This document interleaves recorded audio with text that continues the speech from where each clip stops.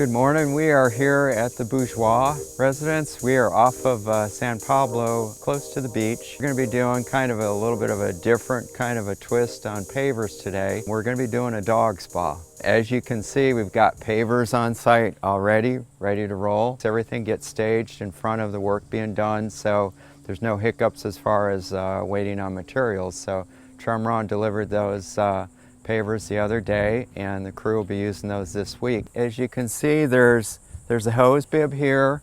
We've got an area where we're going to be doing a 4x6 paved area with a drain, and we're going to incorporate a stone gate wall for the bourgeois to sit on when they're bathing the dogs, and then we're going to incorporate a couple eye hooks so that they can hook leads, keep the dogs here. But it's going to have a wall on the outside, and the dogs will be able to come in on this side. They won't be able to get out, basically, once they're hooked with their lead. The fence that you see here is going to get moved after we do our thing beyond where the dog bath is. So this will become backyard space for the dogs. And then we're going to be doing some landscaping right at the foot of the door over here. Again, we're going to put a paver pad in such that the dogs don't drag mud into the house when they come in. So if you notice, there's a bit of a pitch, and we're going to have to incorporate a little bit of stone wall over here in order to make the patio flat, and then it'll step off, and then the fence will no longer be here. It'll be upstream a little bit. All along the perimeter of the screened area, we're going to be doing some plantings. We're going to be doing some sodding in here because the grass is pretty beat up from the furry kids. I think we have about a week allotted to do this project, so within a week's time it's going to be transformed into a much more beautiful space for the bourgeois.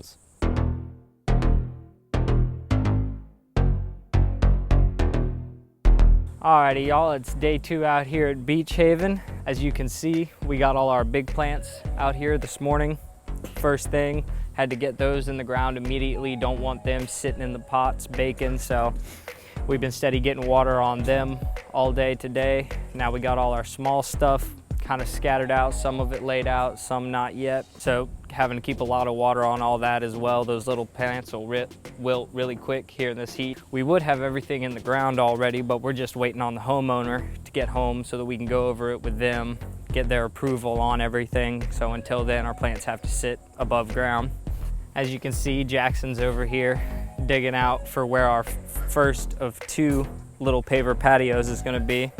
It's going to be a 6-inch step coming out their screen door right there. This whole fence is going to have to get picked up and moved about 20 feet that way, because as you can see where our patio is going to be at, they have a gate right there, and the height of our patio is going to not allow that gate to swing open anymore. So they're just going to go ahead and enlarge their backyard by moving their fence halfway down the side of the house, because they've got 2 big golden retrievers that are going to need a lot more room to play once we're done with all of our landscaping in the backyard. Speaking of the dogs, we're doing something that I personally have never done before. It's a little doggy bath right here. So we're going to have stone wall around the perimeter of it. Then we're going to have a 4 feet by 6 feet paver pad right here, and the whole pad is going to pitch to a 9-inch drain box right here that's going to go into 4-inch ADS and then 4-inch hard pipe and run and drain out into the woods. So they'll be able to hook up to their hose right here and kind of give their dogs a bath, shower them, keep them cool on days like this. They won't have to do it in the house anymore. And this drain box and the size pipe we're using will allow all that water and fur and shampoo to easily run away from the house and get that out of their way. So we're having a lot of fun prepping for it though, because one of our subcontractors was supposed to be out here to move all of the irrigation, but they missed some things, so we're running into heads and zone lines, so that really slows us down. We've got to stop, reroute all of that, and keep moving as quick as we can. You might notice that there's a furry kid along with me for this one. We're trying to create an environment for the homeowner where they could have a people space and a dog space. fencing had to be altered. We had to create some new fenced areas for the furry kids. One of the goals of this project was trying to create a sense of privacy in the backyard so that you don't look out and see the neighbors' houses from where you're sitting at your screened-in lanai. I'm heading into the people spot. Basically, the homeowners have labs. So they're kind of big and kind of somewhat destructive to the rest of the yard. So the thought was trying to give them an area away from the rest of this. We tried to put in things that are easy, somewhat colorful. Right here we did some Amistad salvia. This will get a little bit bigger again next year. This blooms pretty much through the winter time, and it's a really good hummingbird and bee attractor.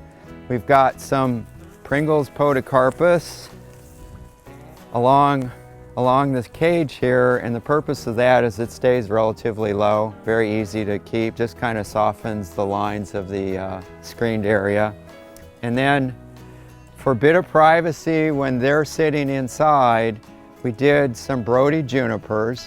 Across the fence, the neighbor kids have a play set, so that's kind of a common occurrence that you're looking at the neighbors' play sets.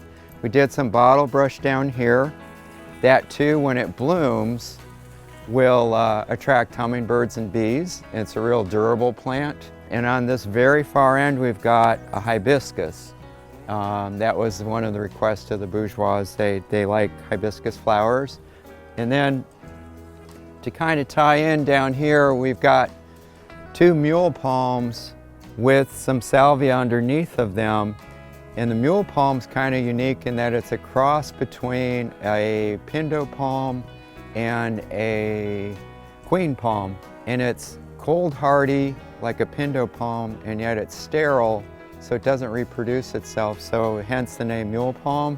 It has traits of both palms and doesn't get quite as tall as a queen palm does. We've got some arboricola trinet and some red sister tea in the background. And then we replicated those plants down on the far corner, but without a palm, over near the native area. So as you go back around, you're going to see that this fence comes into play, and this keeps the dogs from coming into this area. And then we're heading into our dog-friendly area. We've created this hardscape pad so as to mitigate tracking mud into the house. The dogs have a doggy door that opens into this area, and this section of fence was added to keep them separated. Supposedly they don't use the doggy door, so they use the human door. And one of the drivers of this project was the fact that they get dirty and they like to play in water and whatnot, being labs. So we created a doggy spa, an area where the dogs will be contained, and inside we've got some eye hooks, and we'll just tie Snickers off here. So you can keep her contained. We've got a drain, and the drain empties out the side of the yard. The way we've got this designed, it affords the people person involved in this to actually have a sitting area, and then the area is quite large for a large breed dog. You could do a smaller area if you had a small dog, but the idea being that you don't have to do it indoors. And since it's pretty warm here down in Florida most of the year, it's warm enough to do this outside. So as you all know, my shtick is flamingos. They're going to be next in line for the bath up here. Snickers has worked real hard on this project with me. Thank you for stopping in and checking out our video. If you enjoyed this, please give us a thumbs up. If you do Facebook, please like us, and we're also involved on Pinterest. So please reach out to us. If you're interested in possibly doing a project like this in your own yard or some other kind of unusual project, please give us a shout. We might be able to come up with a unique idea that will work out for you. And thank you so much for stopping in.